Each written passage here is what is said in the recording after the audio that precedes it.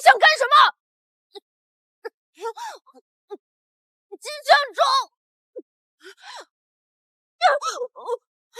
你不得好死！你以为你弄得死我吗？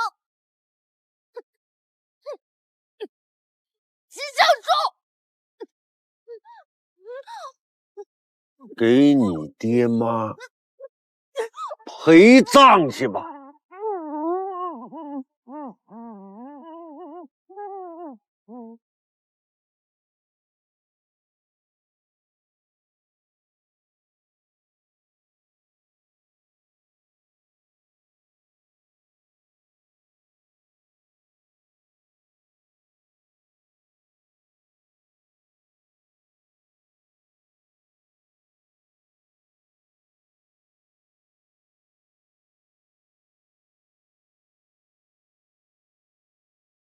金相忠，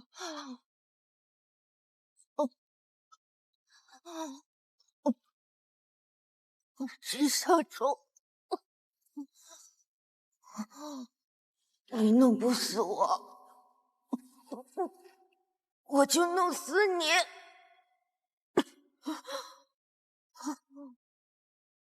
法仲，我今天针对性的走访了一下以前金家这些老邻居，收获不小。我呢整理了一下，跟之前的资料呢也做了一下对比，基本上都对得上。这金相忠呢以前经营的春江鱼庄确实是他哥哥和嫂子的，但是他哥哥去世以后，他隔三差五的就去店里捣乱，导致店里根本没法做生意。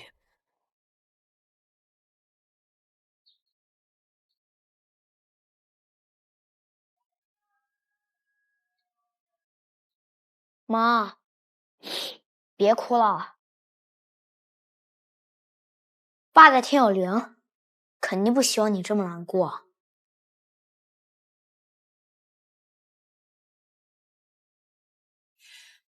一头，妈现在只有你了，你长大一定要长出息啊，千万不能让人瞧不起啊！我明白。还营业吗？营他妈什么业呀！滚！你干嘛？跟谁说话呢？我哥已经死了，你现在就是一寡妇，横什么呀？哎呦，你还瞪我？你再瞪，你信不信把眼珠子挖出来？妈，金相忠，金相忠，妈，宝子，跟你商量个事儿，你这店让给我呗。你休想！好，那我就一直在这儿待着，看你这买卖还能不能做。之后，金相忠变本加厉，从简单的捣乱升级为对金一彤母子两个拳脚相加。他本来就是个大流氓，所以呢，邻居们也怕他，不敢说什么。后来呢，金一彤的母亲，也就是曾如受不了了，想带着孩子自杀。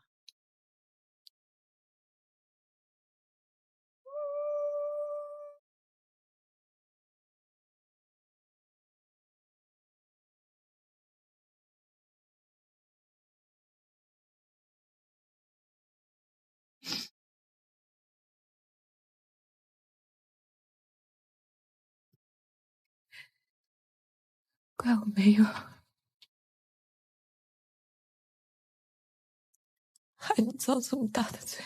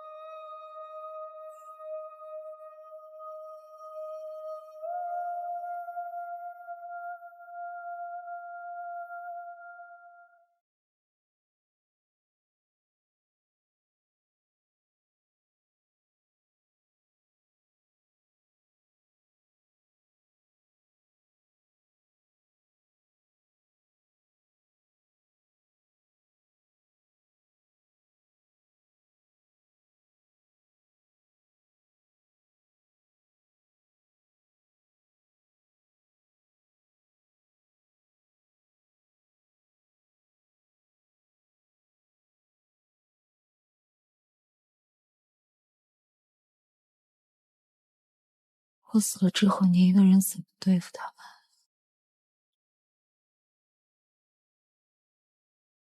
人生太苦太难，今天让咱们娘俩一起走吧。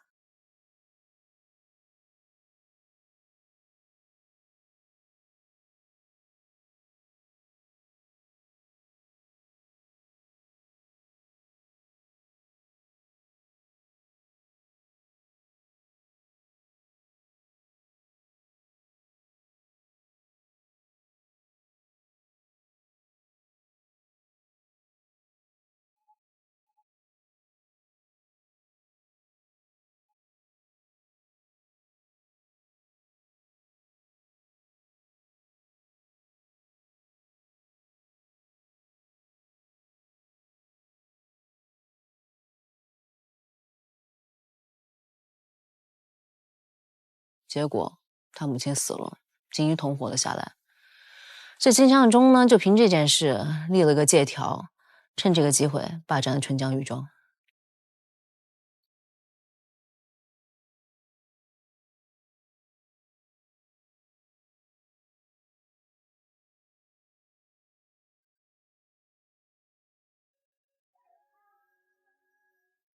来，请，请进，请进，大家都甭客气啊，来，里边走，里边走，随便坐啊。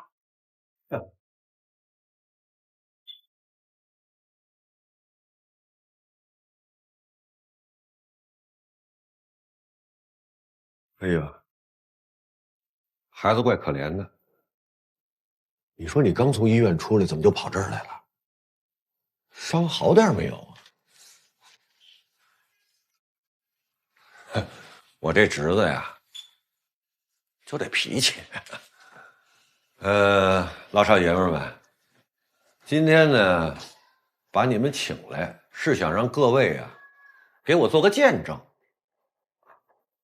听好了，借条，自有借款人金大陆向金相中借款人民币3万元整，用于生意周转，承诺1年后归还，如不能及时归还，则愿承担所产生的一切法律责任。借款人金大陆，1975年2月13号。各位，这就是我大哥啊生前给我写的借条。现在这还款期早就过了，可是我大哥呢，他已经去世了，留下的唯一比较值钱的财产就是这个余庄了。所以从今天开始，作为借款的抵押，这个余庄呢，就是我的了。不可能！我爸根本没有找你借钱，你这借条是伪造的。嘿，你看这孩子，哎呀，小小年纪张嘴就来，这胡说八道吗？你这不是？上面有你爹亲笔签的字儿，还有手印儿，这怎么可能是假的呢？真是的。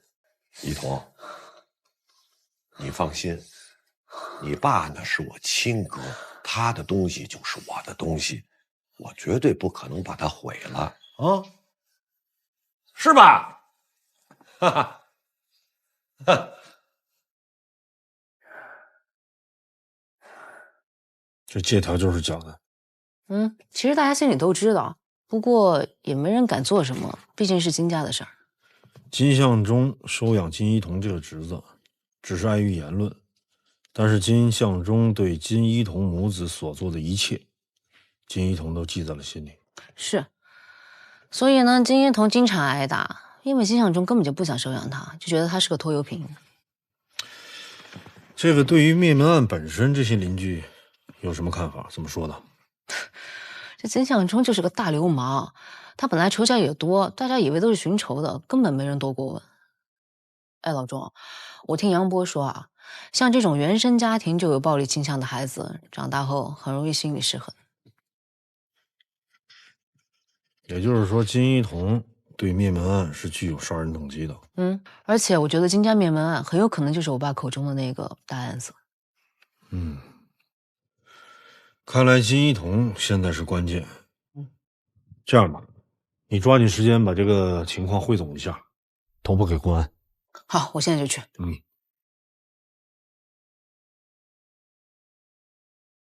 林助理，这是你要的资料。谢谢。不客气。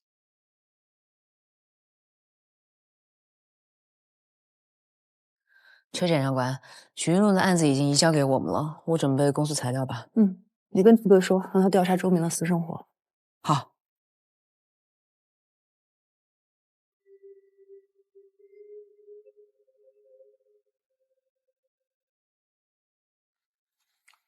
我看过周明的简历，他的学历也就是职高毕业，但是进入东韩集团之后，用了3年不到的时间就当上了分公司的总经理。你说一下，他是怎么进入东韩集团的？最早，他就是经人介绍在里面当个司机，后来也不知道怎么着，慢慢提升成为什么项目的经理。也就是从那个时候开始，他开始改变了。他具体做了什么事儿？他经常会去参加一个叫什么游艇会的地方。刚开始也就是跟着凑热闹，跟着出海钓鱼。但是到后面，竟然跟一些网红混在一起，彻夜不归，偶尔回来也是五迷三道的。我经常在他的衣服上发现口红印。周明的工资有多少，可以支撑他这样的开销？刚开始我也奇怪，可是后来我发现，他根本就没用家里的钱。我也不知道他还有没有什么提成和奖金之类的。反正那个时候，他也不再给我，也不跟我说什么。你认识他游艇会那些朋友吗？他从来不让我认识这些人。不过我趁他睡着了，翻过他的手机，见过他跟那些网红的照片。好，你说的我们会去核实。好，那就这样。车检察官，这个周明的确有问题。公安调查了他的私人账户，账户里面没有大笔支出，但有大笔的钱进入。而且公安根据他的手机找到了几个网红店主，对他们进行了询问，这个是他们的资料。所以他们不是花钱去了，是去赚钱的，对吗？对，这周明能做这些都是为了打掩护，他带这些网红出海就是为了进货。为了进几个假包，还租个游艇，这一看就是有问题。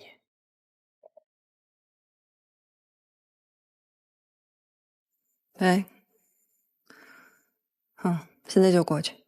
好，走吧。文物走私案有线索，老钟让咱们过去开会。好，根据公安的排查，又找到一名曾经跟周明有合作的女性。这个女的说，2、3年前她跟周明出过一次海，但那之后周明就再也没有找过她。至于为什么，这女的不知道。但是李双队长呢，还是从这个女的身上挖出了一些线索。你前面那几位都说了，你们出海是为了进货奢侈品，你别隐瞒了，说实话。我真就去拿过一次货，后来他就不让我去了。那后来你有主动联系过他吗？联系啊，我那批包在网上卖的可好了，我还给他返了点，想让他继续带我进货。可是他怎么着也联系不上。后来我听姐妹说，他又跟别的网店老板合作了。这样，你再仔细回忆一下，出海那天都发生过什么？你能想起来的细节都可以说。好像也没什么，除了我之外，还有另外2个老板。我们当时都是过来拿货的，在游艇上拍照片，都玩得挺开心的。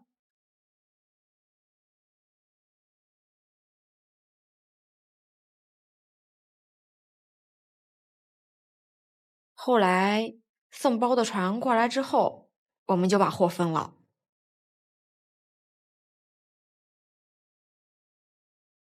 放这儿，放这儿，放这儿，放这儿，就放这儿，对。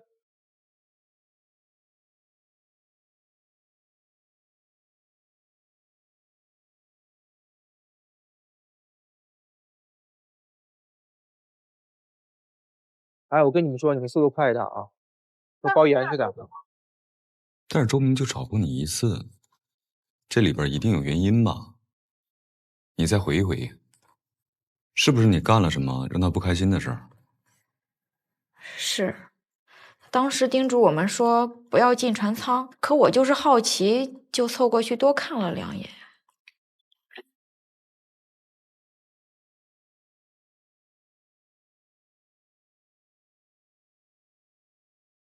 我也没太看清，但是里面好像有人。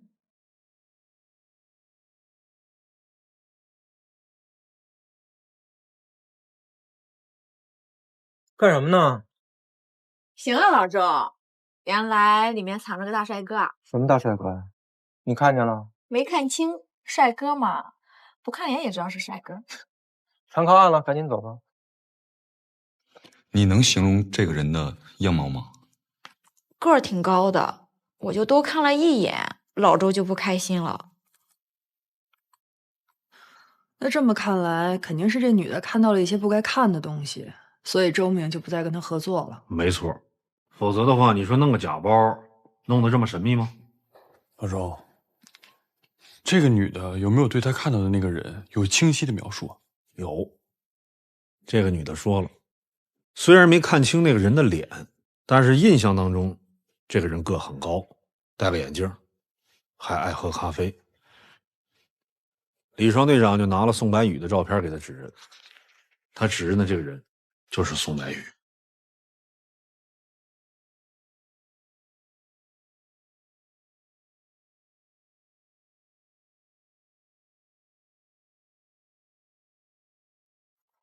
那他这种指认是不具法律效力的，也不能作为直接证据。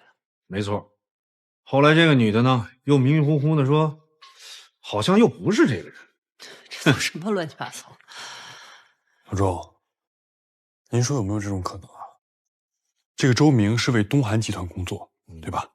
那他会不会以卖假包为幌子，实际上干的是文物走私的行业？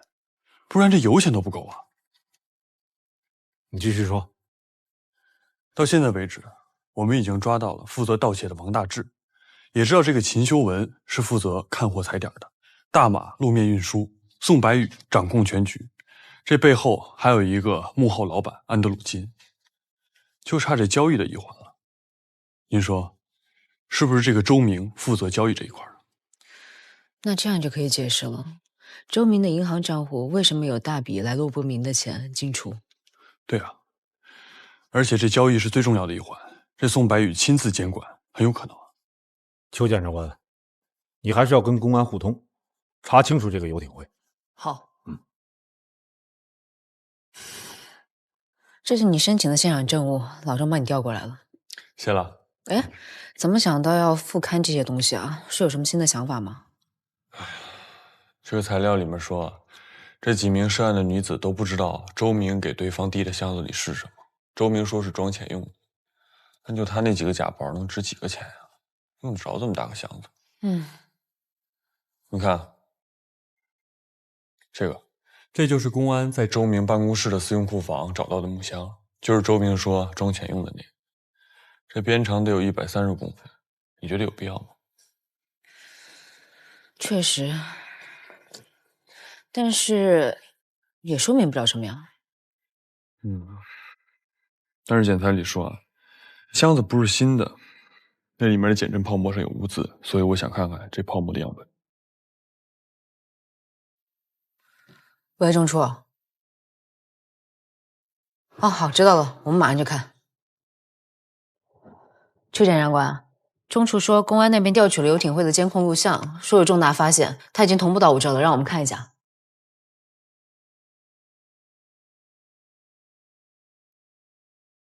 赵东辰。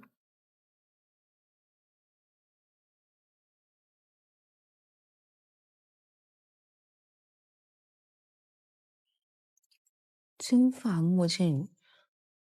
邱检察官，你说这个有没有可能就是刘栋说的那个人啊？发给何故，让他做清晰化处理。好。李警官又见面了，不知道这次找我要问些什么呀？我们现在有个游艇会的截图，你看一下。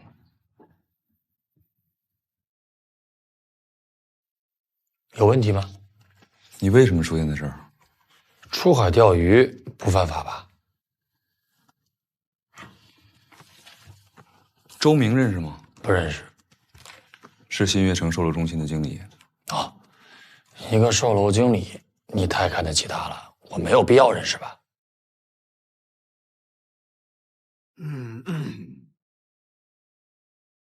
哎，来，正好，袁浩，把你这个情况跟大家分享一下。好，我研究了一下燕锰纤维，这纤维的结构还有编织方式常见于车座椅套，而且这泡沫的污渍结果已经分析出来了，是一种汽车上用的润滑油。这种润滑油我觉得眼熟，觉得在之前的案子里出现过，我就跟老钟申请调取了之前的资料对比了一下，我发现这些都来自于大马车的后备箱。根据远浩的发现，足可以证明这艘船不是交易假包这么简单，而且很有可能走私的是文物。那现在看来，这个周明也逃脱不了干系。我们已经调查过游艇会，游艇会说这个周明在每次租用游艇的时候要求特别高，他要求这个船舱必须是完全密闭的，船就那么几艘，而且他有的时候还会在大海上过夜。我们现在就在等他的这个租用的记录。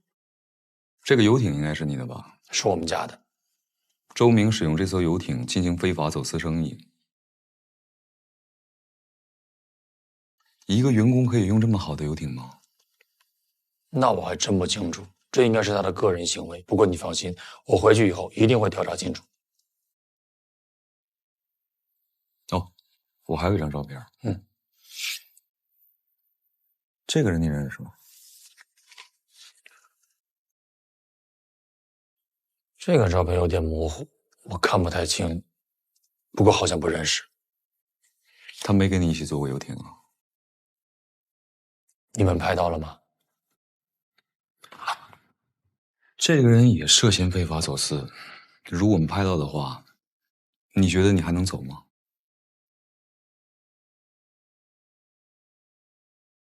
周明，我们现在正在进行调查。这样，如果我们发现新的情况，我们会继续找你协助调查。好的，李警官，你放心。如果你们有切实的证据，我一定全力的配合你们调查。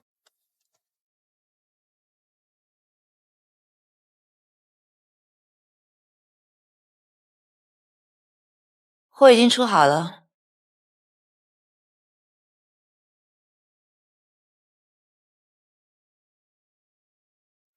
你带东城出海遇到什么麻烦没有？钱都已经收到了，你说呢？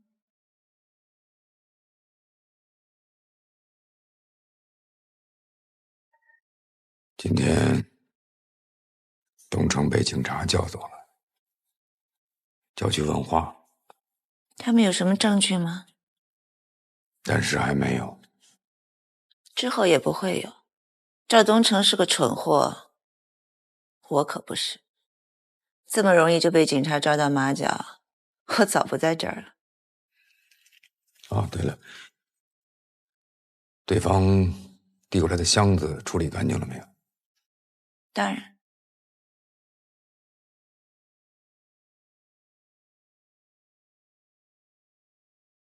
我开车送你回家吧，然后顺便去看看温婉。时间太晚了吧，他可能已经睡了。改天。等我们把这里最后这点货出完，我们就可以走了。路上慢点开车，注意安全。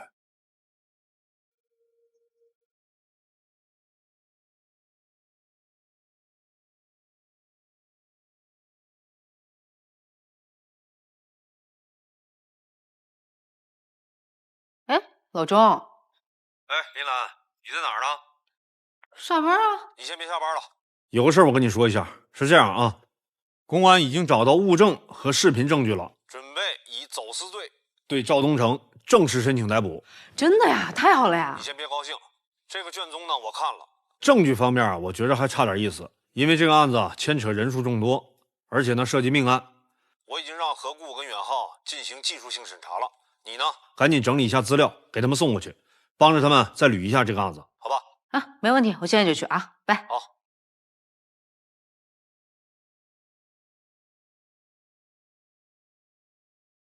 赵总，警察来了。赵东城，麻烦你跟我们走一趟吧。我没有时间。我跟你说麻烦是客气。我们发现了新的证据，证明你跟文物走私案有关。什么证据啊？我们找到了你走私交易用的木箱，上面有你的指纹。我听不懂，麻烦你给我解释一下。你听不懂没关系，这是居传证。回到公安局，我慢慢跟你解释。带走。爸，李警官，李警官，什么意思？具体的情况我会慢慢跟你解释。铐上。爸，我是被冤枉的。爸，赵先生，冷静，东城，请你不要妨碍我们办案。相信政府不会冤枉你。带走。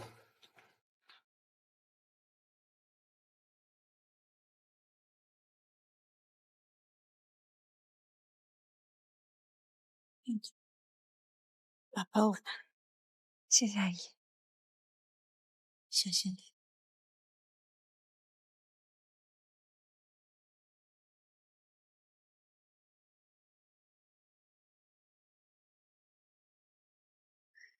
温婉是吧？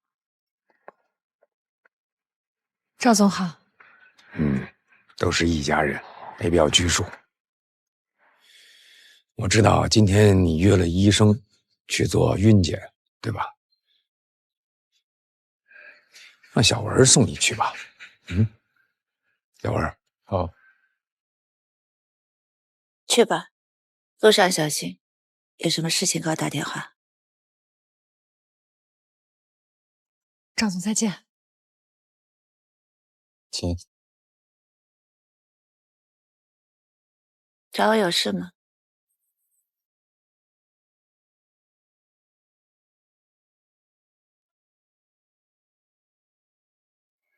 东城被警察带走了。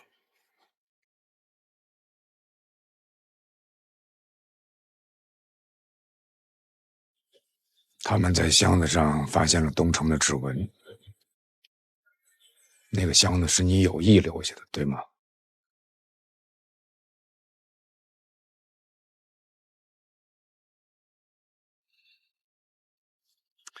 锦绣，我们是一家人。可惜少了一个。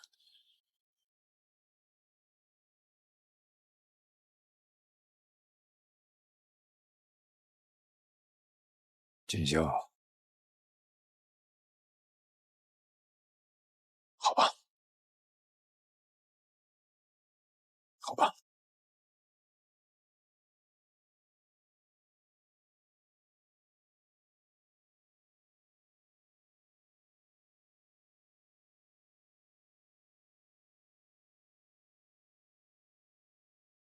我们调查了游艇会的垃圾系统，在定点的垃圾站找到了这个箱子，上面有你的指纹。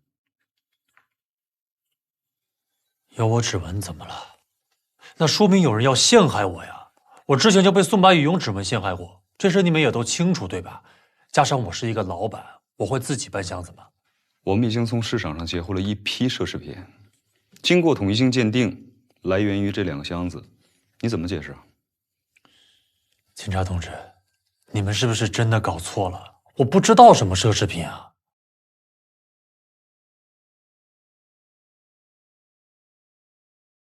你看一下截图。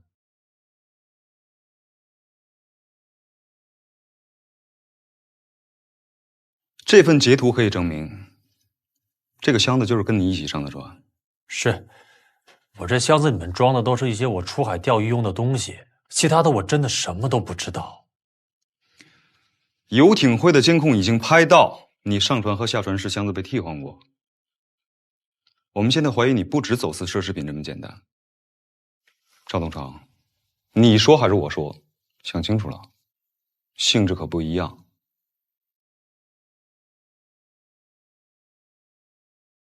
我要见我的律师。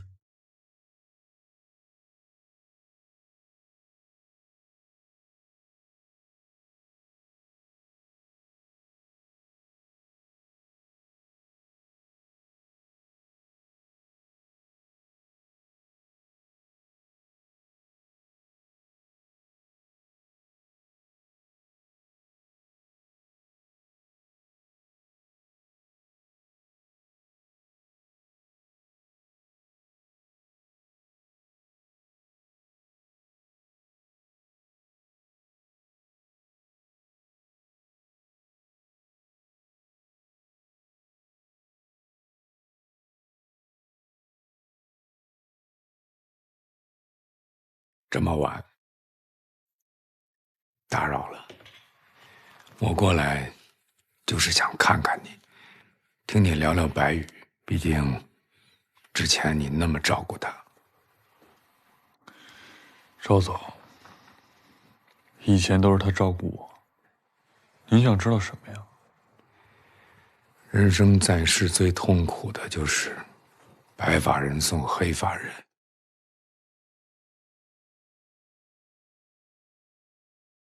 白宇小的时候吃过很多的苦，我年轻的时候也做过一些不得已的事，本想着成功了能给他弥补，但是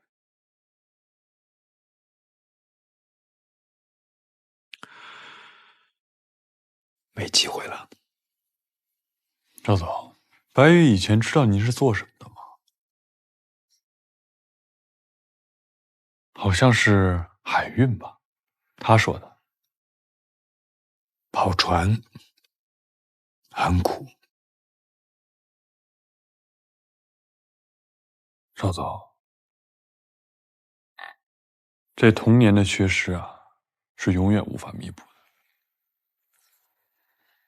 您可能很后悔没有好好照顾他，我也很后悔没有早点让他知道他自己在做什么，让他回头。您说他这么聪明，是学法律的，又是律师，明知道犯法还要去做，您不觉得奇怪吗？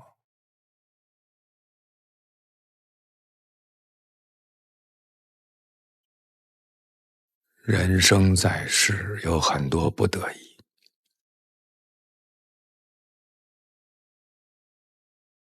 白宇做了那么多的事情，我相信自有他的道理。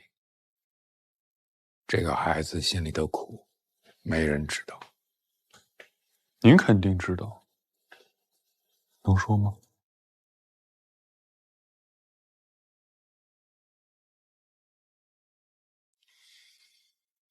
我们都是学法律的，都有一个基本的共识，就是法律规定的是做人的底线而已。白宇这辈子有你这么一个朋友，他应该知足。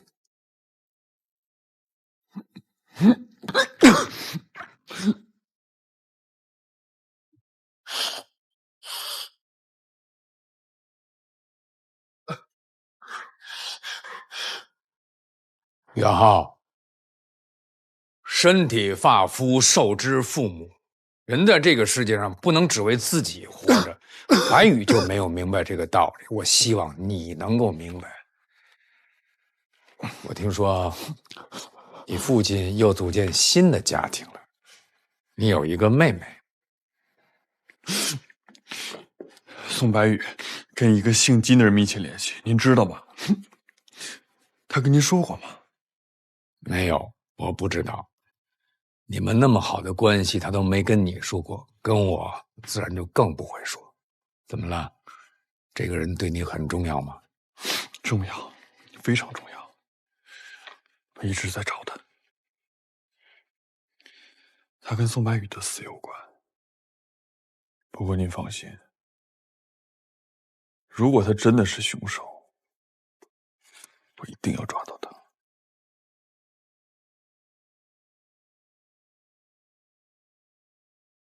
不管受到什么威胁，你们太像了。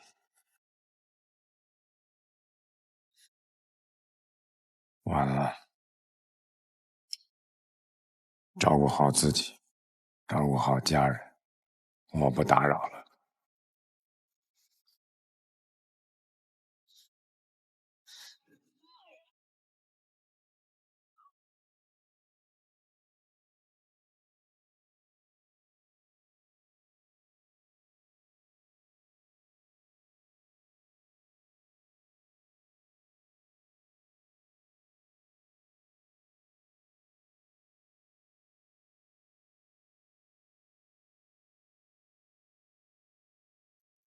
小小年纪，不自量力。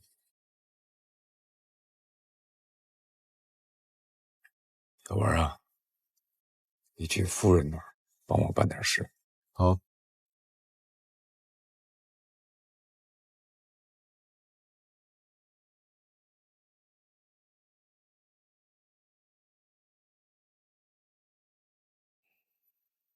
老板，今天白宇第一次走货，怎么样？相当稳，是干这个的料。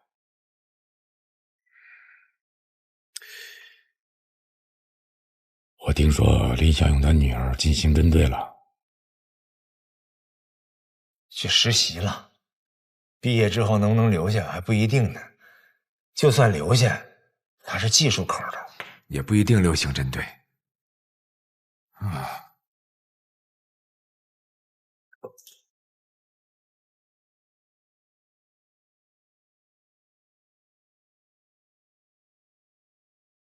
这傻孩子啊，我从小看着长大的，没什么心眼儿，您放心吧。不管怎么说，人还是要盯紧点儿。哎，白宇就交给你了。放心吧，孩子不错。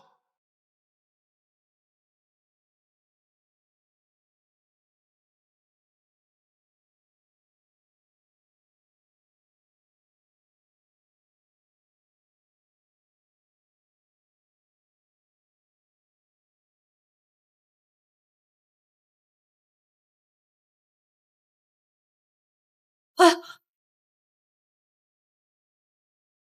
温小姐，你该休息了，我先走了。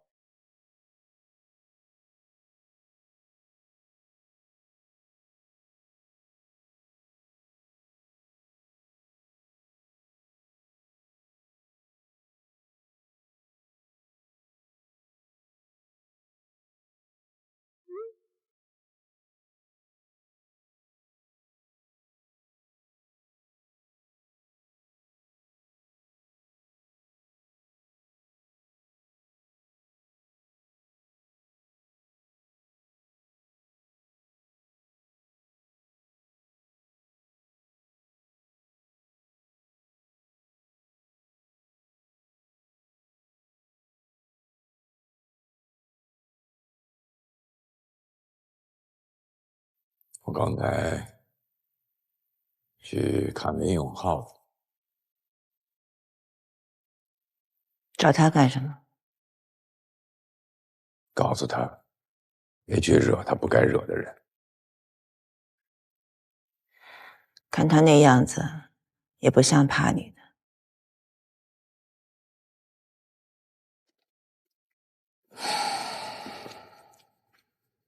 这孩子已经开始在查金一桐了。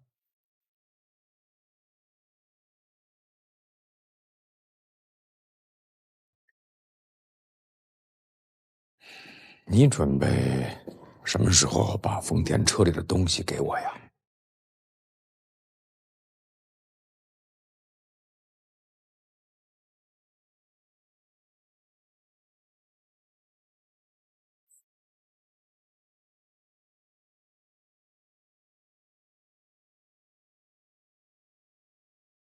老板。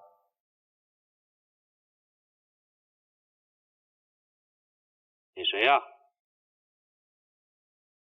老板，你们走私认了吧？没走私，我从旧货市场上逃的。我认识你。91年金家灭门案，有个人失踪了。哎，老秦呀，老秦，我费了好大的力气才找到他。这么个东西就能把我扳倒吗？嗯，金一桐吧？金一桐已经死了。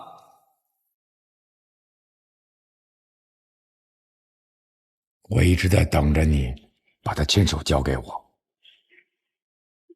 但是你没有。远走高飞都行，我要进去了，我后辈子不就完了吗？老秦，自首现在是你唯一的出路。不过你也没交给他们，这一点我还是挺欣慰的。毕竟你心里边还念着我们那么多年的情感。其实啊，家里人就是这样的，有爱有恨，但是爱一定是比恨多。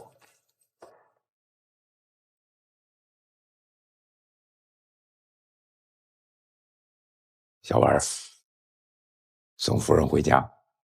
好。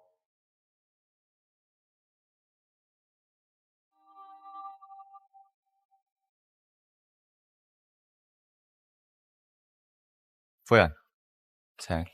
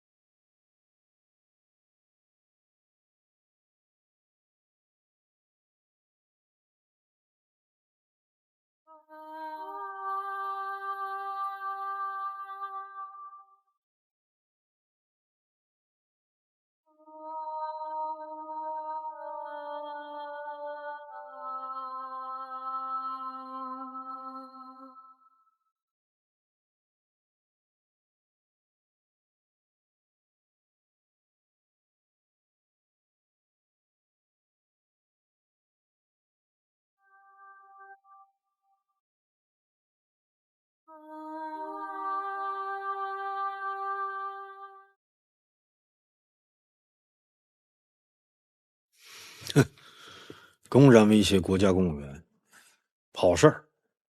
这说明赵瑞已经急了，对吧？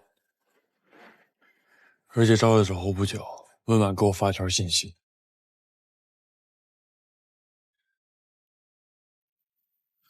你看，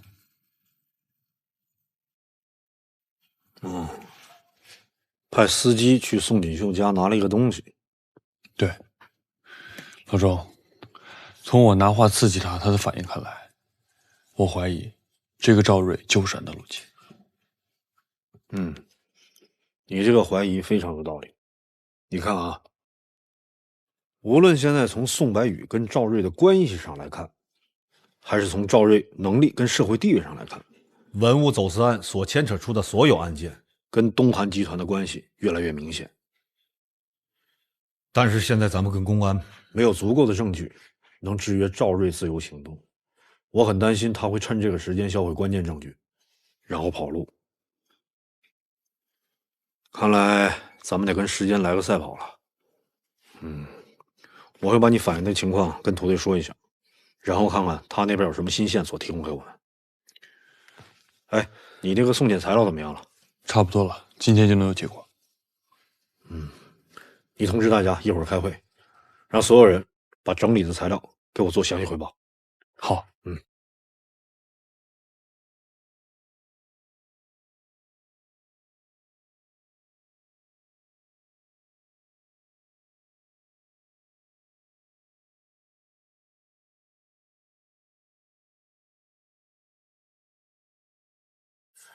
咱们在这说话没问题吧？你放心，这里只有录像，没有录音。即便是录了，也不能作为呈堂证供。太好了，是我爸派你过来的吧？是，赵总，让您别乱说话。从现在开始，保持沉默。如果警方问了你什么，或是对你说了什么，请你记好，及时告诉我。如果有可能，尽量抓到警方逼供诱供的证据。保持沉默。他到现在是不是还要护着宋锦绣？赵总让我转告您，现在不是意气用事的时候。我和我的团队已经准备了充分的材料为您打这场官司。目前检察院还没有正式批捕。现在您把您和警方的对话尽量的复述给我。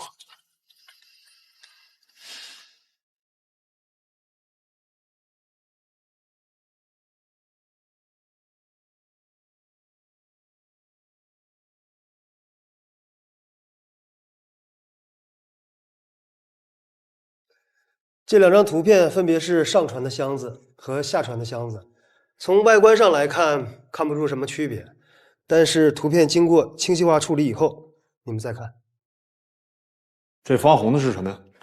这是红色的油漆，是送来的检材里面有，只不过不知道怎么粘上去的。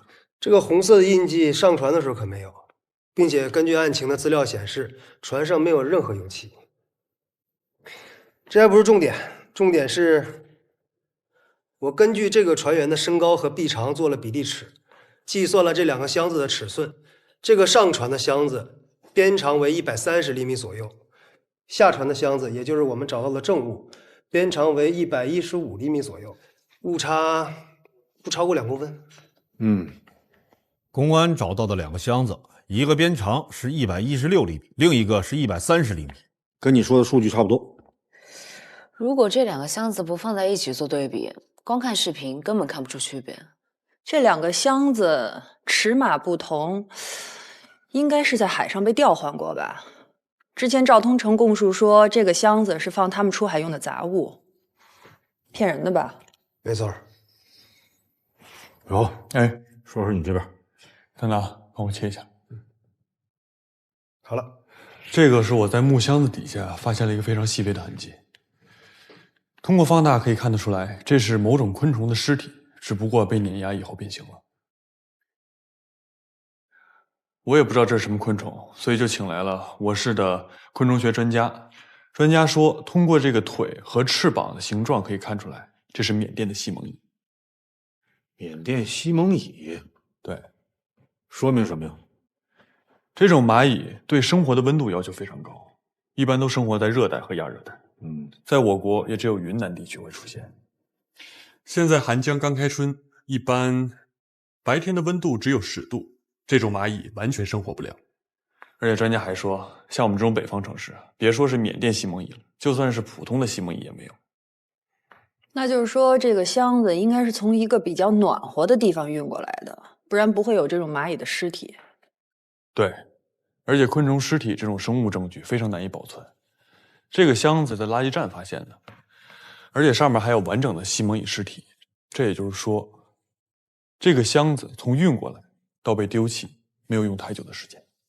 不错，现在所有的证据证明，赵东成跟人在海上交易已经铁证如山了，不容他狡辩。接下来我们要把已经掌握的线索梳理清楚，形成证据链。咱们呢，现在要分秒必争，给公安部门提供最大化的技术支持。真相很快就会浮出水面。这个箱子来路我们都已经摸清了，是热带地区过来的。赵东成，其实我都替你感觉到不值。按照道理来说，你们做这个行业应该很谨慎。我们这么容易就找到你走私用的木箱，上面还有你的指纹，而且这个箱子就好像特意放在那里一样，等着我们去查，你不觉得很奇怪吗？如果不是你做的，其实你没有必要承担这个责任。妈的，宋锦绣，他说过他会处理好这批箱子。金发墨镜女是宋锦绣吗？对，就是宋锦绣。宋锦绣她就是个心理变态，她自己死了，儿子就要拉上我们所有人给她陪葬，凭什么呀？我什么都没干。你们走私物品是什么？我不知道，警察同志，你们赶紧去逮宋锦绣，她什么都知道。交易是在你船上发生的，你也脱不了干系。买家是谁？我不知道，你们去逮宋锦绣，包括之前宋白宇干那些事儿，都跟他脱不了干系。宋锦绣跟秦秀文之间的关系，你知道吗？不知道。宋锦绣有没有跟你提过一个叫安德鲁金的人？没有。好，赵东城，今天就先到这儿。走私案嫌疑人赵东城，指认你是他的同伙。证据呢？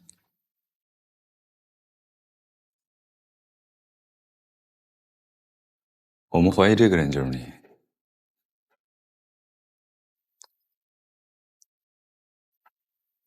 这是我吗？好，既然你说不是你，那3月11号你在做什么？有没有不在场证明？有啊，温婉，我一直跟他在一起。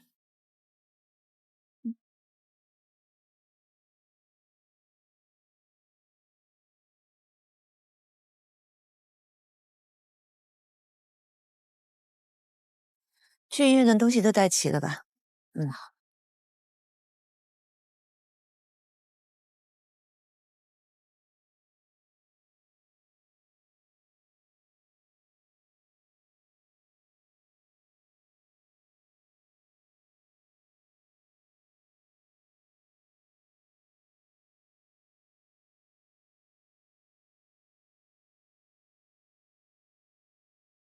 从医院回来之后，就一直待在家里。你也知道，温婉是一个孕妇，最近我一直跟她在一起。宋女士，亲属的证言可信度比较低，需要配合其他证据才能够采纳。报告。见。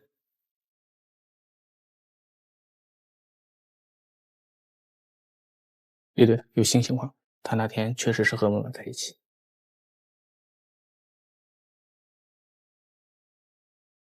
好，宋女士，谢谢你配合我们工作。不客气。我可以走了吗？可以。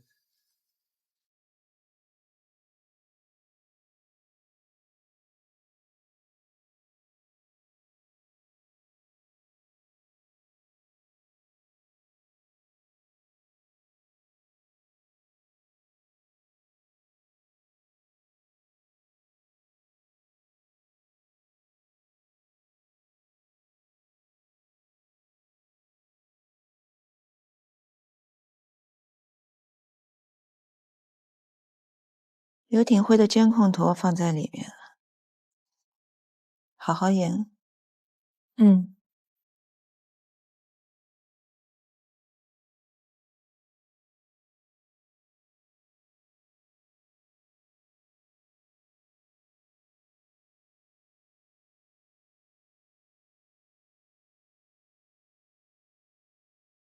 敷衍。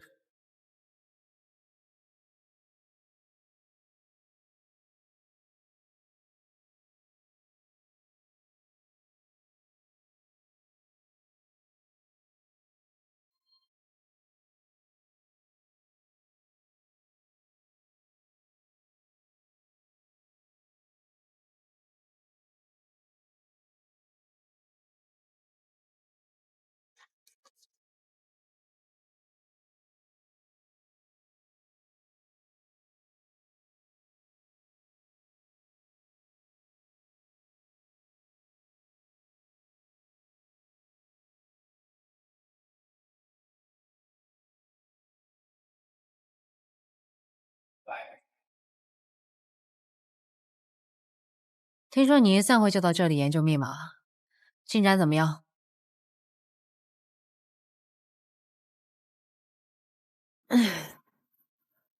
哎，你知道吗？这个宋锦绣啊，真的是厉害。赵东城出海那天呢，他有铁一样的不在场证据，什么路上监控、医院监控、护士、医生，包括连保护温婉的那些公安都可以给他作证。厉害。哎，你说啊，这赵东城的船上确实有一个金发墨镜女，会不会就是赵家那天晚上那个女人啊？好吧，跟你说点跟这个有关的东西吧。这个是公安调出来周明的出海记录，所有信息都在这上面，看看能不能有什么新思路。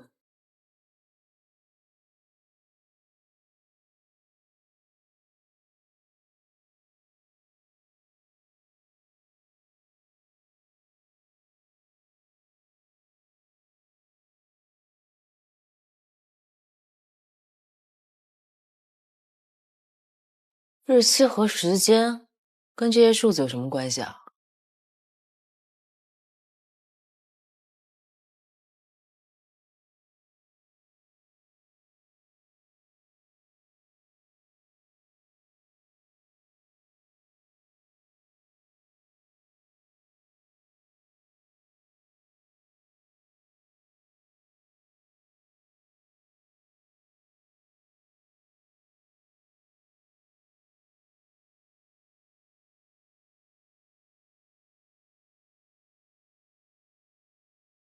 时间，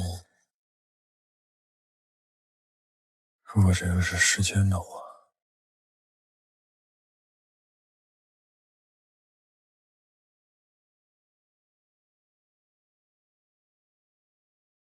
那这就是北纬35度69分，这个就是东经了22度68分。交易地点，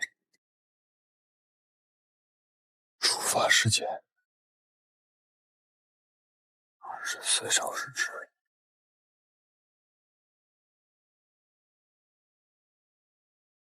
到达时间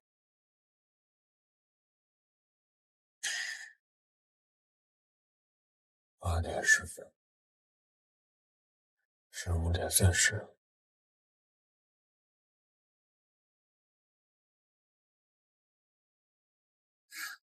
11点02，北纬34度47分，东经123度36分。12点40。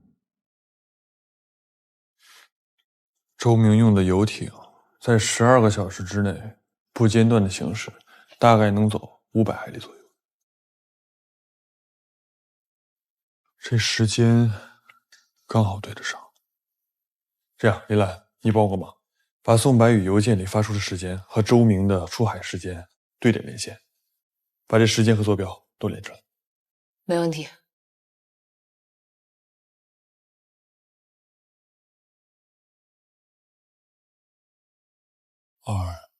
210810143330。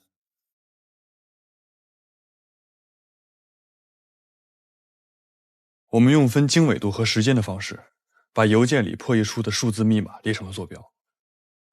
我和林兰把这些邮件的发出时间和周明出海的时间做了对位，发现这个邮件往来的第2天，这周明的游艇就会有出海的记录。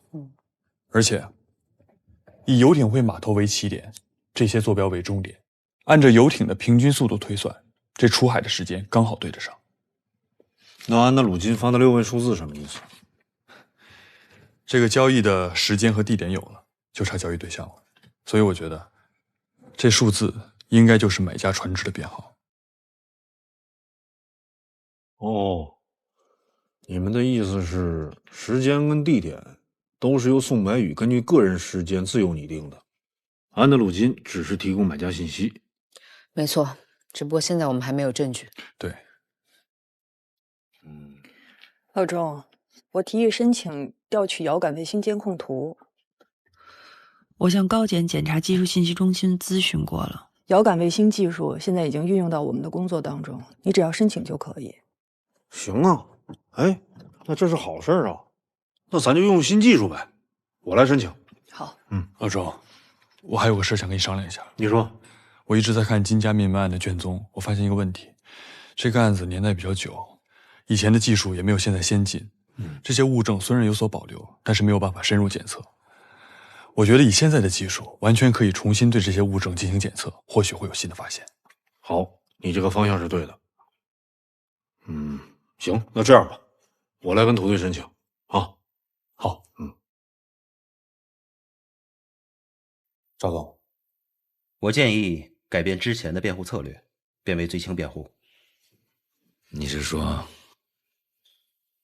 东城不可能无罪释放了？是，赵总。是个屁！我就这么2个儿子，一个死了，另外一个你让我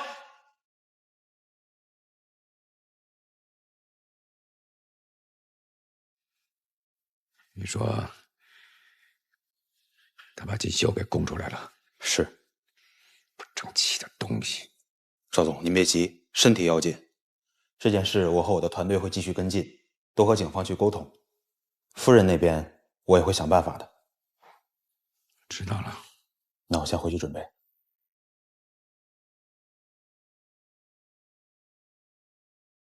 老闆，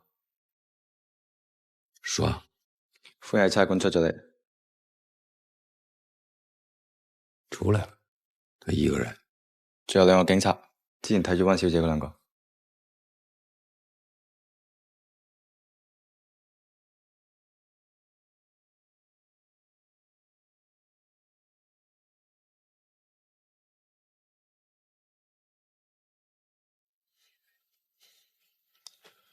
现在是不是完全没有办法了？我把宋锦绣给供出来了。从专业的角度上看，我建议改变之前的辩护策略，变为罪轻辩护。罪轻辩护？我爸给你那么多钱，不是让你给我办罪轻辩护的，我要的是无罪辩护，明白吗？形势不一样了，您现在亲口承认了自己的罪行，再加上证据，无罪辩护是不可能了。赵总叮嘱过您的，让您冷静一点，您全忘了。那我就告他们，我告他们证据突袭。这根本就不算证据突袭，这又不是在法庭，最多算是审讯策略。从现在开始，您什么都别说，一个字都别多说。到了法庭上，态度诚恳一点，当庭忏悔认罪，争取宽大处理。你当时给我拍着胸脯说一定没问题，我现在就严重怀疑你的能力问题，你是不是在耍我呀？当下之急是把风险和损失降到最低，再去争吵其他的没意义。您记住我说的，我和我的团队会想出一套最优的方案，为您做罪轻辩护。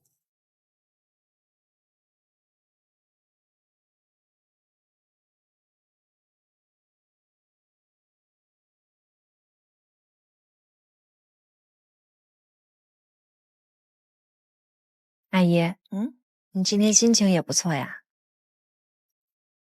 还行。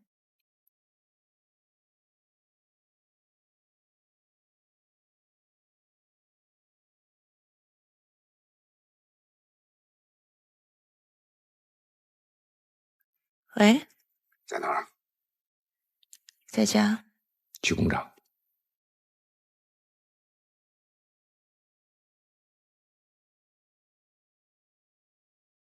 我一会儿出去办点事儿，晚饭自己吃。阿姨，白宇这点和您很像。哪点？你们都有很多秘密。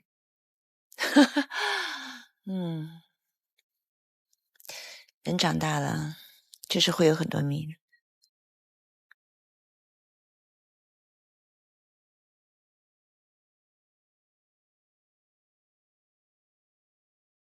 我对当年金家灭门案没有检测出的物证资料进行了梳理，找到了这个。这在金家灭门案凶器上发现了一枚带血的重叠指纹。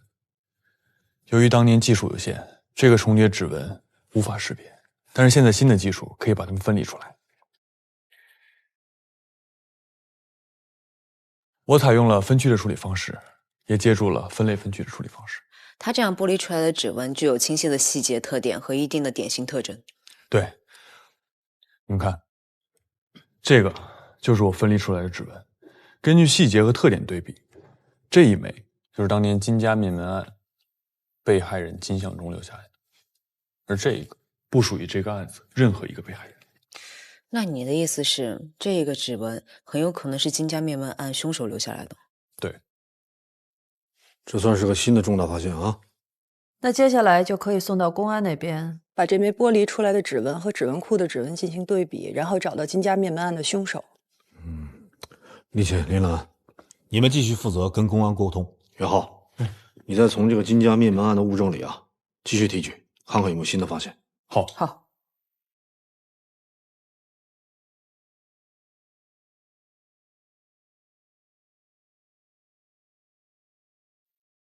该给的我已经给了，该罚的你也罚了。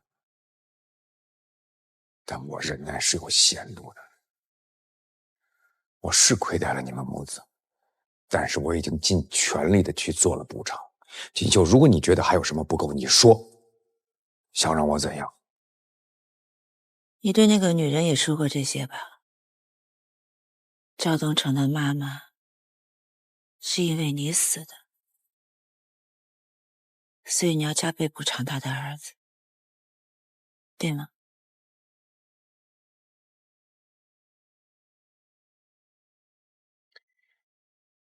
手心手背都是我的肉，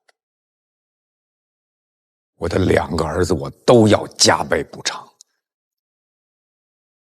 我已经尽力了。锦绣，你应该知道，这个世界上如果没有你，我做的所有的一切都毫无意义。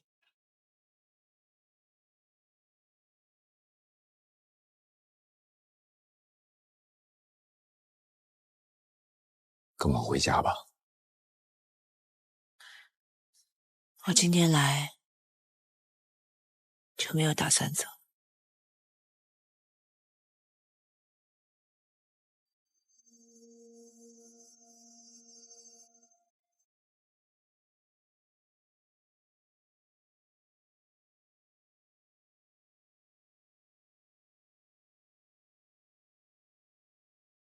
公安对比了指纹库里的指纹，但是因为金一桐他是失踪人口，只有他年幼时期留下的一枚指纹，他这个指纹和我们剥离出来指纹只是具有部分一致性，所以他不能作为直接的证据来证明金一桐就是杀害金家的凶手。而且指纹库里没有任何一个指纹和这一枚指纹具备同一性，金一桐就像人间蒸发了一样，后来就再也没有他任何指纹信息了。不对，无论是金家灭门案，还是你的父亲林队之死，这一切都指向金一桐。这个金一桐不可能人间蒸发，一定是用了其他方法隐藏了自己的真实身份。我听过一个说法，说这国外有换指纹的手术。那赵瑞就有可能做这种手术啊，所以指纹库里是他的新指纹，就跟金一桐的完全对不上。现在没有直接的证据指向赵瑞，可是宋白宇还有赵东成都是他的亲儿子，都跟走私案有关。我不相信他不是那个幕后的大老板。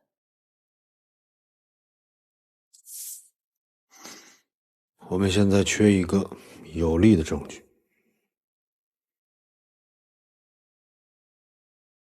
然后，哎，你能不能从金家灭门案提取证物这块儿，再找个突破口？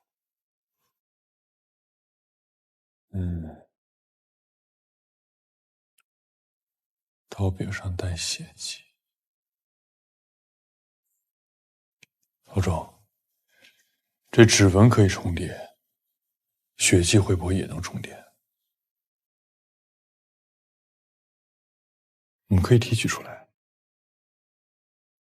辛苦你了。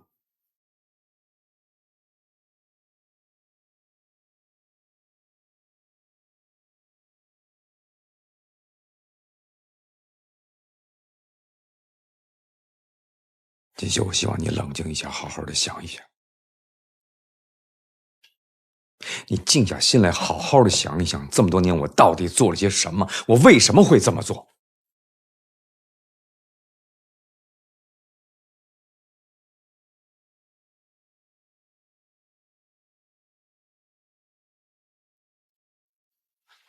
等我忙完手上这些事儿，我就可以真正的陪你。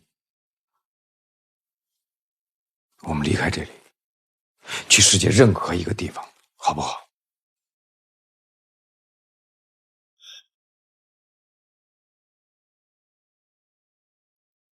我累了，我哪都不去，就在这儿等，等着咱俩一起死。我在心里面答应过我儿子，所有害过他的人都要受到惩罚，包括我自己。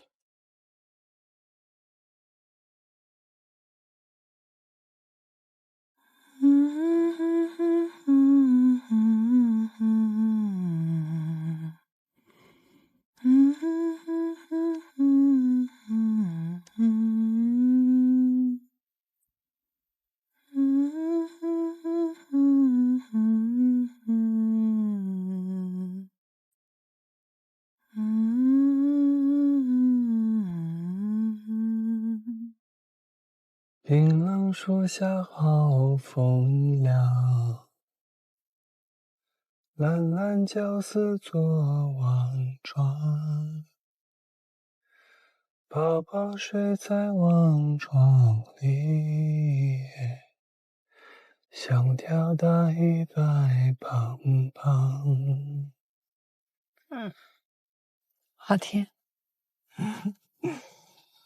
我能听听原版吗？可以啊，我妈唱的。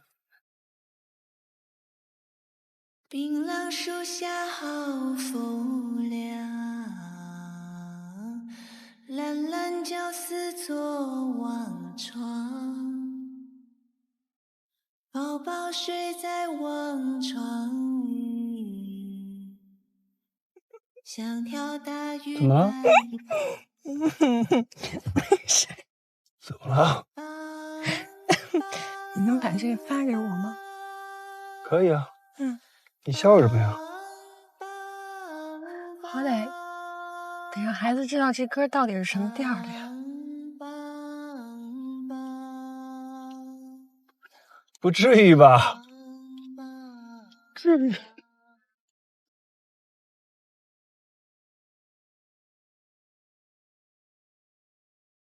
这么多年了，你不了解你自己。好，行啊，不跟你一般见识。乐乐，我把这首歌发给你妈了啊，以后你就听你奶奶版本吧，好不好？我替她谢谢爸爸。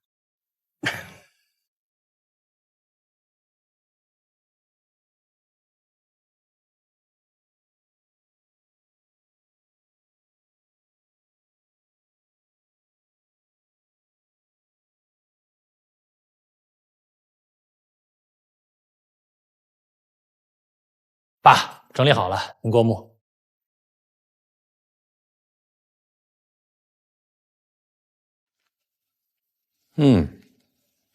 不错。爸，你一会儿有空吗？怎么了？今天不是清明节吗？我想着你要是有空的话，咱们去给我妈烧个纸。你母亲的墓地在香港，怎么烧啊？爸，我都已经联系好了，咱们去半山寺。半山寺？几点？3点。这样，我有一个会，开完以后我去找你。好嘞，爸。不错，上道了，就按这个来办吧。好。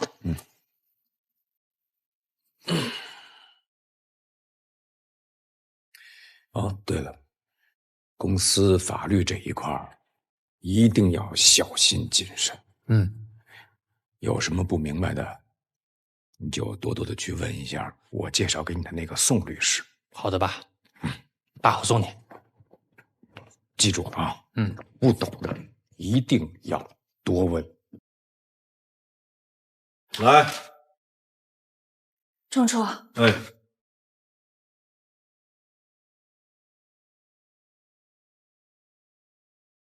公安发过来的资料已经分析出凶器上有4个人的血液。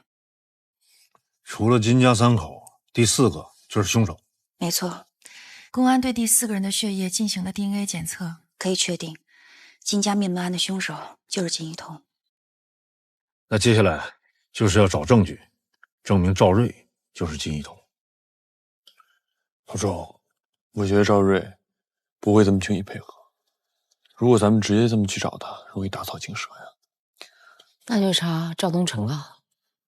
检测赵东成的 DNA。没错，因为赵东成已经被正式批捕，咱们可以对他进行 DNA 检测。如果赵东成的 DNA 检测序列跟金一桐具有血缘关系，那我们也可以基本上推断赵瑞就是金一桐。对，老周，我去向邱检察官汇报一下。老周，我准备材料。好。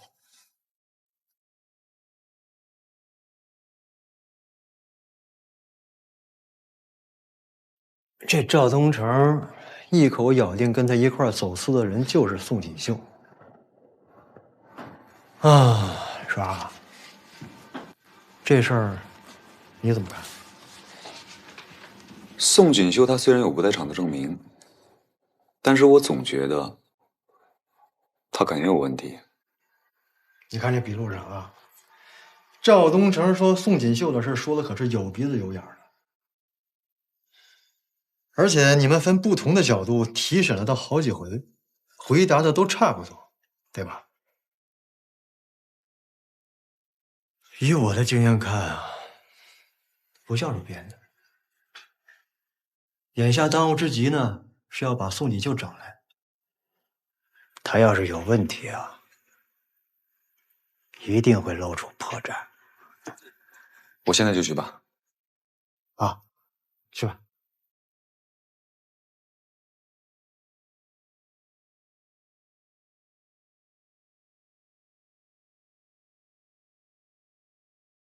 温婉，哎，宋女士在家吗？阿姨，她昨天就出去了，今天还没回来呢。她跟你说她去哪儿了吗？什么时候回来？没有啊，但是我知道她最近总去赵总那儿。你们是找她有什么事儿吗？我们想跟她了解一下情况。你了解她平时的动向吗？她要是出门或者去哪儿，也不会告诉我呀。要不，你们先在那儿坐一下，等一等，我里面还有点东西没弄完。哦啊。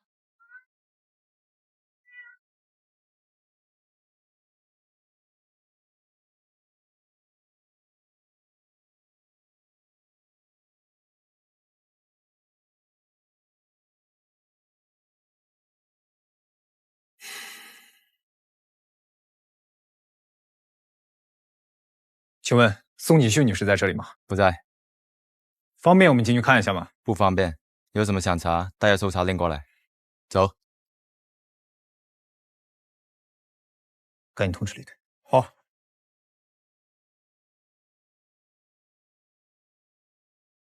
喂。好，我知道了。温婉。哎。这样，我先回去了。宋女士如果回来的话，你让她马上联系我。好，辛苦了。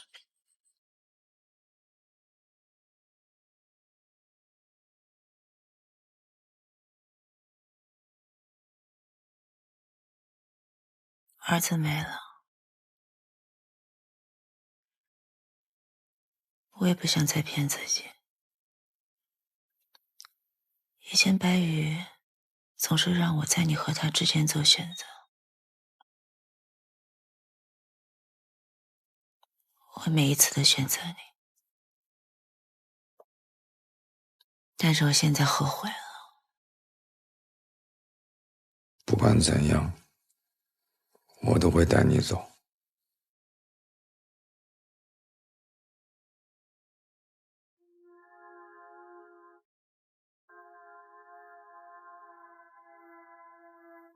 我这辈子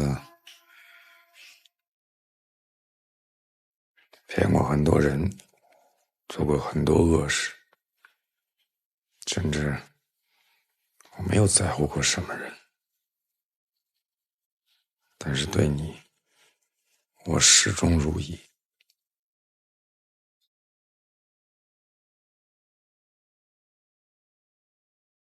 跑不掉了。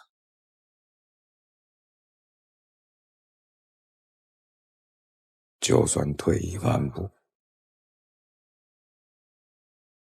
我们被抓了，有人会死，有人能活。我不会让你死。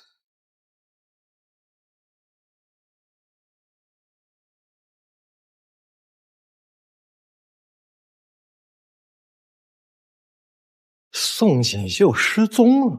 对，我去了宋锦绣的家，他人不在。我离开之后就直接开车去了赵瑞的工厂，但是大门关着，也没有车停在外面。宋锦绣联系过温婉吗？温婉说她一直不打宋锦绣的手机，但是打不通。你离开宋锦绣家大概有2小时了吧？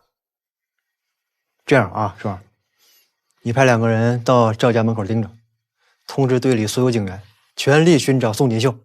好，走。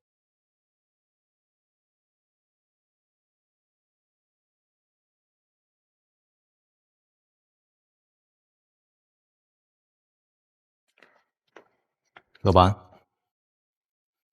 錢都到啦，新月成條數已經全部到啦，警察嗰邊都冇咩問題。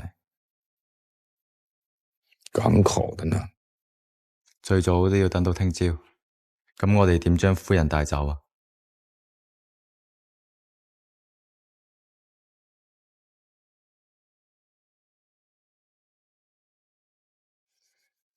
日頭出海會有風險。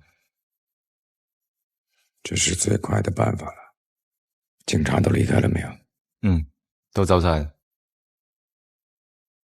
你一定要保證夫人的安全。老闆，唔一齊走啊？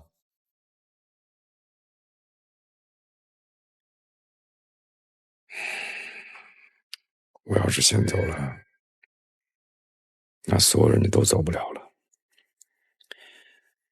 先把夫人安排好，下面再考虑问问。好。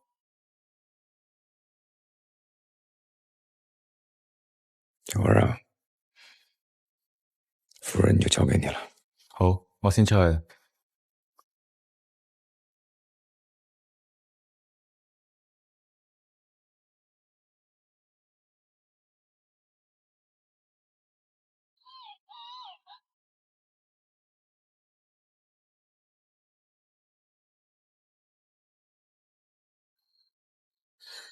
什么？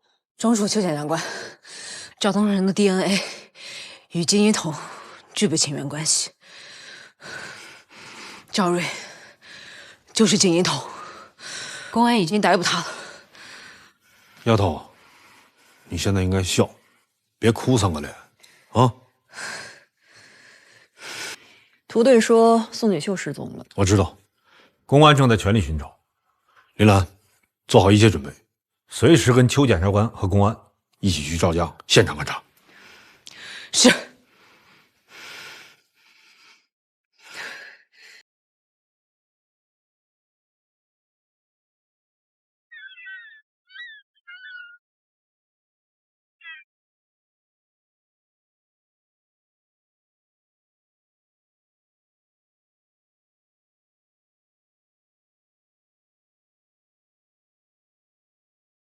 夫人呢？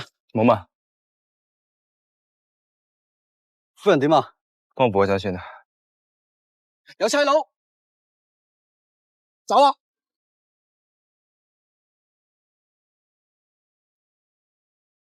好啊，去咯。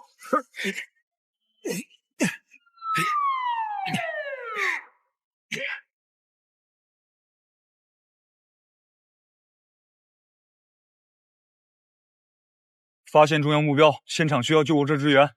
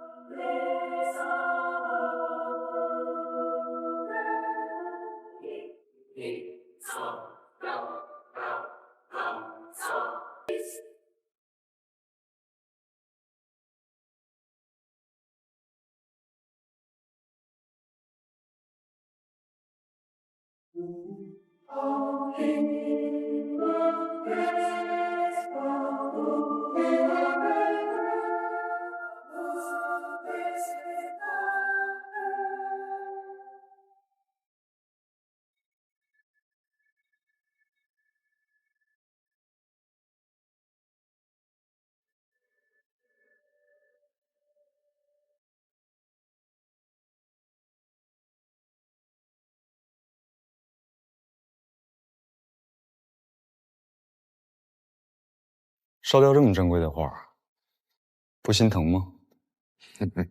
这些都是我赵瑞的私人藏品，我可以随意处置。金一桐，你涉嫌非法走私文物，杀害警察林小勇以及金向忠一家，现在依法对你进行刑事拘留。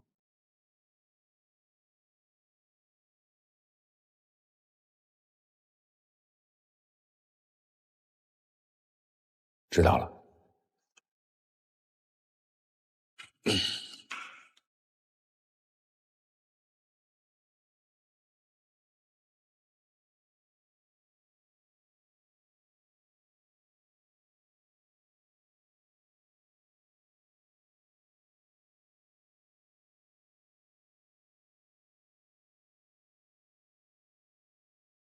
老周，哎，来，袁浩，我听林兰说您找我。对，你先看看这个，我跟你说一说。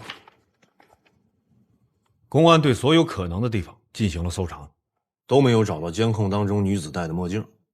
他们推断呢，这个物证啊，很有可能已经被销毁了。但是他们用最快的时间在市面上找了同一款、同一个牌子眼镜。宋锦绣车上那颗水钻，很有可能就属于视频监控当中墨镜上的。叫你来啊，我想听听你的想法。老周啊，这侦查阶段这样推理完全没有问题。但是从技术方面来说，如果不是同一个墨镜，这很难做同一性鉴定的。这在法庭上也很容易被对方律师抓到把柄。这样吧，证据这块具体我跟公安沟通，咱们这边遥感卫星拍的画面也快出结果了，看看到时候能有什么新的发现。好，我听林兰说，是宋锦绣被发现的时候已经昏迷了，麻醉剂。对，但剂量不大，对人体不构成伤害，只是会让他暂时昏迷。宋锦绣已经醒了，公安呢对他进行了询问，他本人说他生活当中没有戴墨镜的习惯，而且回答问题是滴水不漏。但问题呢是赵瑞为什么要给他使用麻醉剂？这件事儿咱们只能等公安的询问结果了。好。你认识金一桐吗？认识。赵瑞就是金一桐。他涉嫌走私文物，在他买下的工厂里，我们发现了多件遗失的文物。这就是他的海运生意。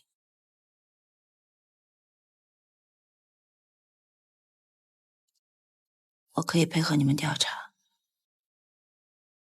但是我知道我交代之后，可能就出不去了。我很担心温婉，想跟他通个电话，可以吗？可以，我们的人一直在保护他的安全。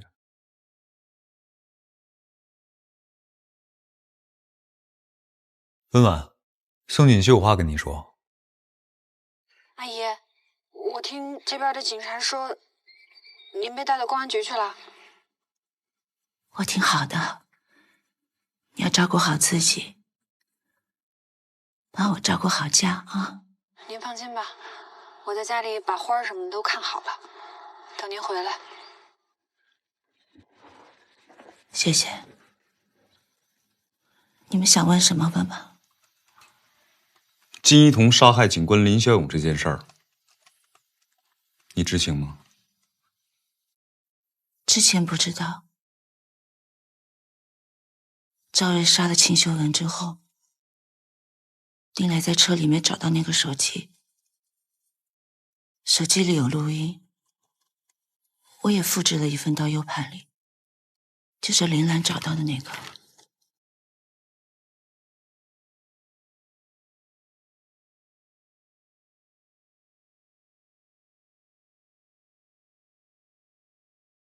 你给的？你为什么要这么做？我跟赵瑞在一起之后，就有了白羽。我相信他，不管今后他做了什么，我当时的愿望就是要永远跟随他。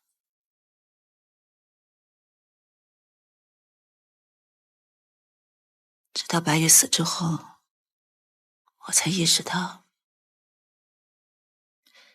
这个希望不在了。你们看，第一张照片就是咱们遥感卫星拍出来的。现在铁证如山，就等宋锦绣开口了。第二张图片是公安同步过来的实时信息。根据在赵瑞私人工厂搜索到被损坏的文物，加上咱们遥感卫星拍到宋锦绣的走私画面，赵瑞、宋锦绣文物走私案证据确凿。那这样也就可以确定宋白宇和秦修文也是为他们工作的。而且宋白宇和秦修文的死也跟他们脱不了干系。但是赵瑞跟宋锦绣是咬死不松口啊。还有金家灭门案，加上林小勇队长牺牲的案子，咱们要想办法帮助公安撬开他们的嘴。老周，文婉说的那个牛皮纸袋，什么牛皮纸袋啊？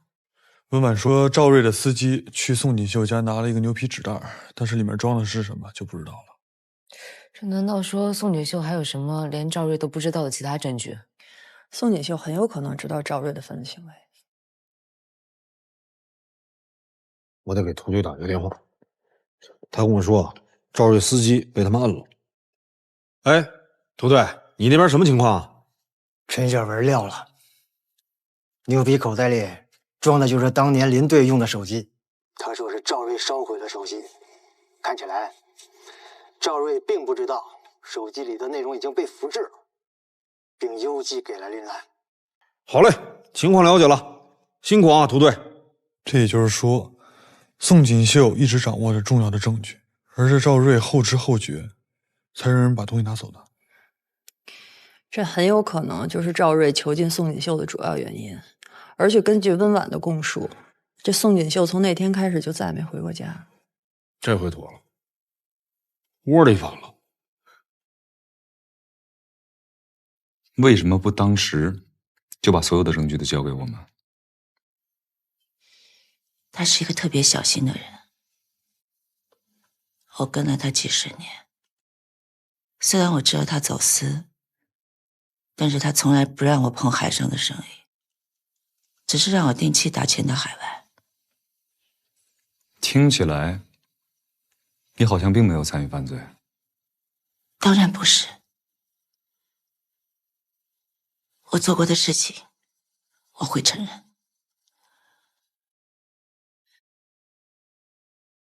白玉死了，我和他都是凶手。我给了白玉一个不能够选择的命运。我也知道他带他走私，我错了几十年，我不能再让白玉承担他本不应该承担的罪过。所以你就举报他？举报我们所有人。所以我开始收集证据，集中之后，我选择先让你们知道他是金一桐开始。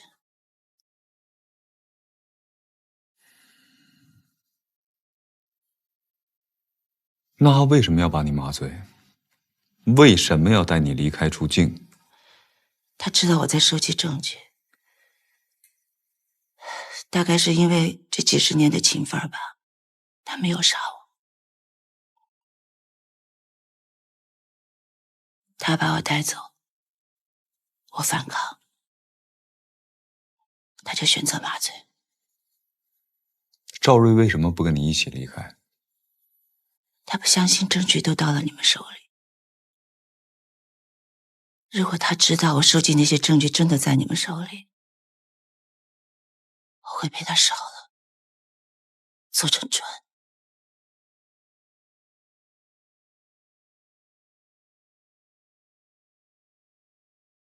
是谁杀死的宋白玉跟秦秀文？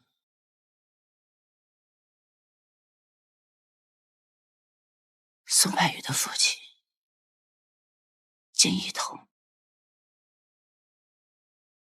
赵瑞，宋锦绣指认你经营和运作文物走私集团，且杀害秦修文、宋白羽2人。对此，你还有什么要解释的吗？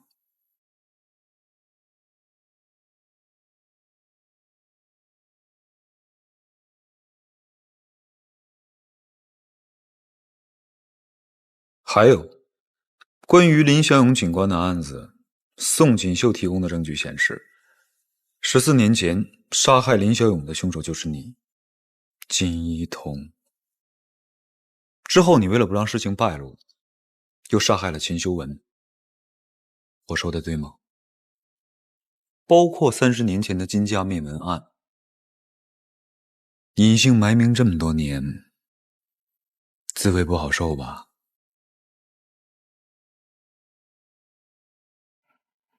你呀，替我想的太多了。多吗？经过我们重新调查当年的现场物证，成功提取到了一枚指纹。可惜的是，这枚指纹与我们指纹库里赵总的并不匹配。赵总，我听说国外有一种指纹替换手术，这种手术你应该挺熟的吧？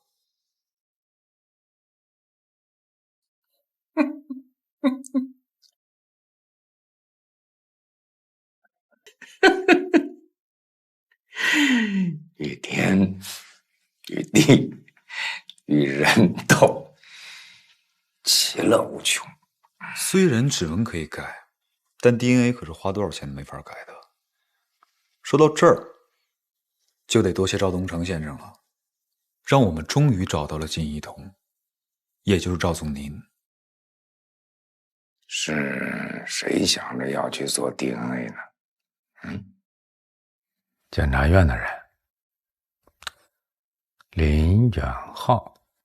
到了这种时候，您还有心情想这些啊？你呀，也是替我们想的太多了。你是不是特想知道金家灭门案的来龙去脉啊？去把林远浩叫来，我愿意跟他聊。理由呢？他太想我儿子了，太想。就这些。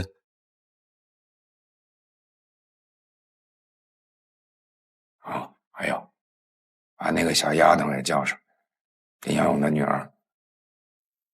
既然赵瑞点名要见你们2个人，那你们2位就去跟他聊透，聊明白。林兰，一定要冷静。放心吧，老周。到时候我会陪着你们一起。好。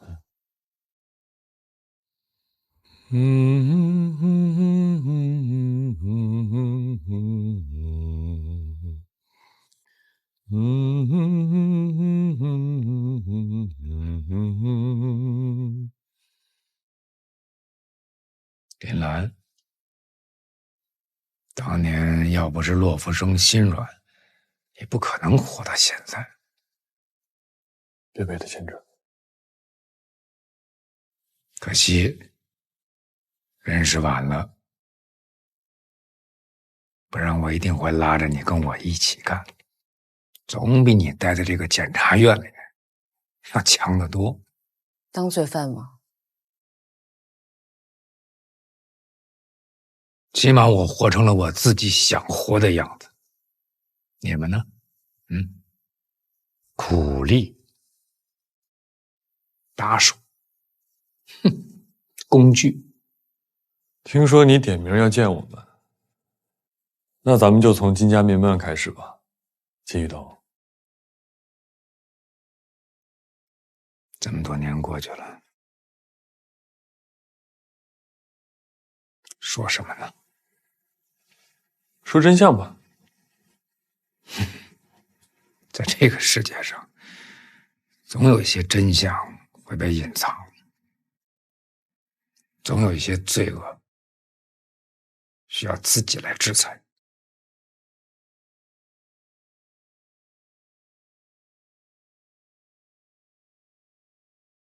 你小的时候有没有被人绑在树上，嘴里塞满了马粪，然后看着你自己的母亲被人欺凌、被人殴打？啊？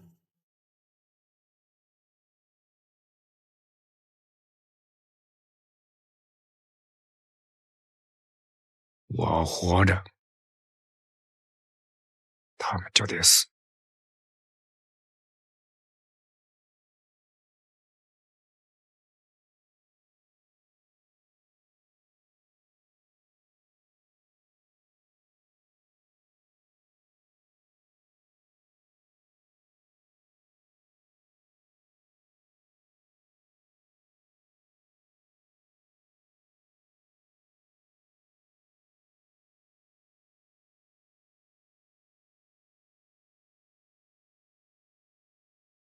喝有多久？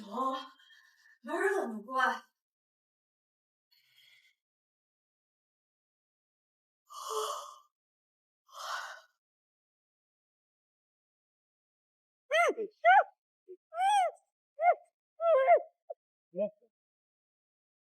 怎么了？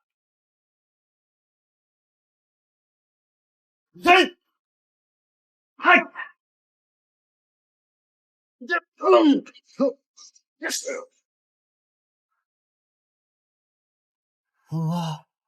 我没死。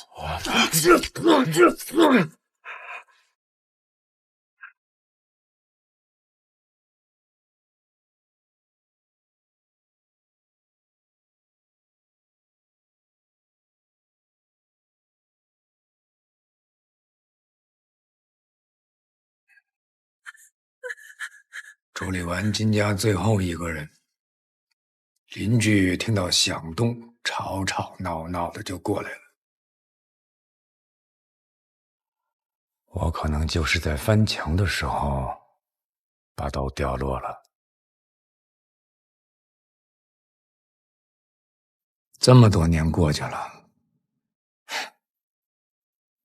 我还真就是折在了这把刀上。我看了资料，那天下了很大的雪，公安取证造成了很大的困难。你是故意选了一个下雪天掩盖罪证。那只是天随我愿。哼，这个世界上哪有那么多的公平？秦一桐，你还不觉得自己有罪吗？什么罪？难道我就应该被别人杀死吗？你不相信法律，你认为你比法大，但是你儿子懂法，他却试图利用法律的漏洞。我告诉你，在这个世上还没有人能挑战法律的。此时恶果，你就应该忏悔。忏悔什么？向我买回来的工厂忏悔吗？我告诉你，到现在为止，那些工厂的退休人员还在我手里领养老金、领工资，靠倒卖文物是吗？那些个文物到了真正懂他的藏家手里面不好吗？那是国家的。哼，对于真正的文物而言，任何藏家都只是匆匆过客，没有归属。在你手上，到底死了多少人呢？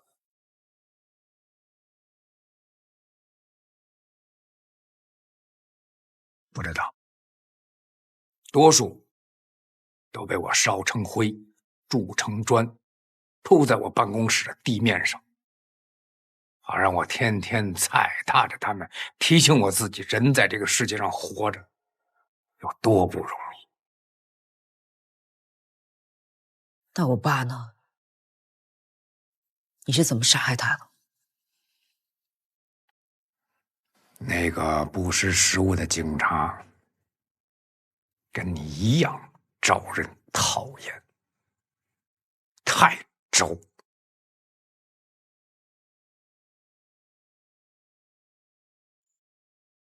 你们在这儿走货，于鹏老板知道吗？不知道，都是晚上包个夜钓，然后把货运来了。行啊，亏你想得出来，把这当藏货点。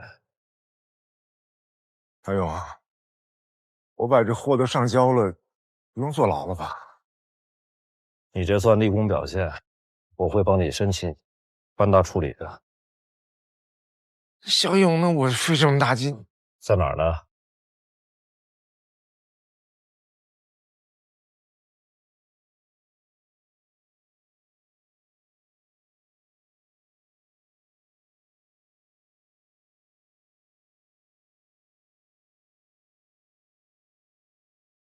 这儿都是。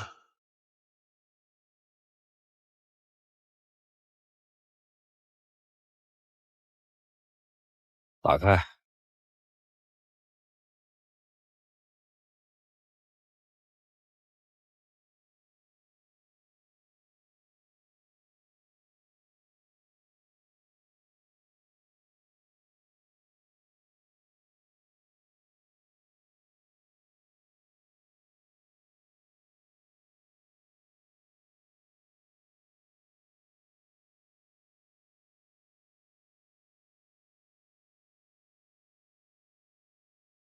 小勇，你就放过我吧，我远走高飞都行。我要进去了，我后半辈子不就完了吗？老秦，自首现在是你唯一的出路，你怎么还想不明白呢？你也不能看着这后半辈子。你谁呀？老板。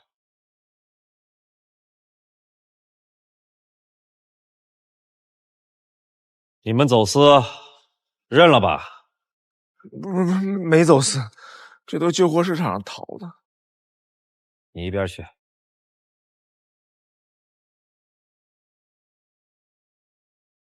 我认识你。91年金家灭门案，有个人失踪了，我费了好大的力气才找到他。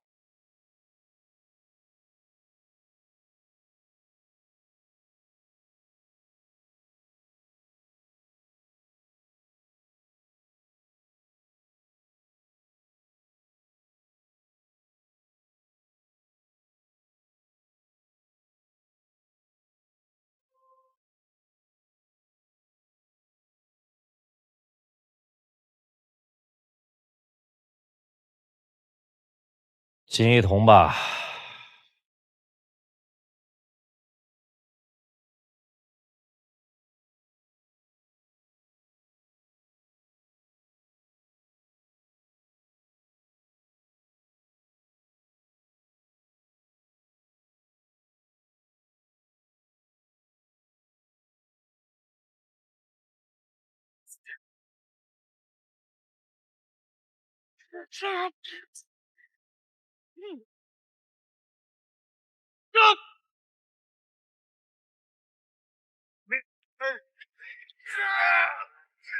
秦秀文，秦秀文，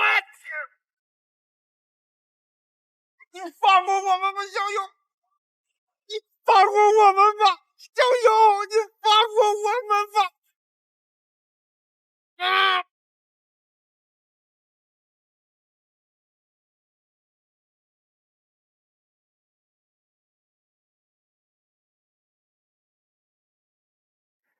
穿上我们这身检查制服还挺精神的啊！怎么样？第一天报道紧张吗？天楚，嘿嘿，我跟你说，我检查技术处藏龙卧虎，能人很多，你要加油。放心吧，燕爸不会给你丢人的。哎，工作环境交我燕楚，知道的，燕楚。林兰，我们是发现真相的人，不要放过任何一个细节。你要不忘初心，做一个维护法律尊严的、优秀的检察技术人员。嗯，好了，去看看你新的工作地方吧。那我去了。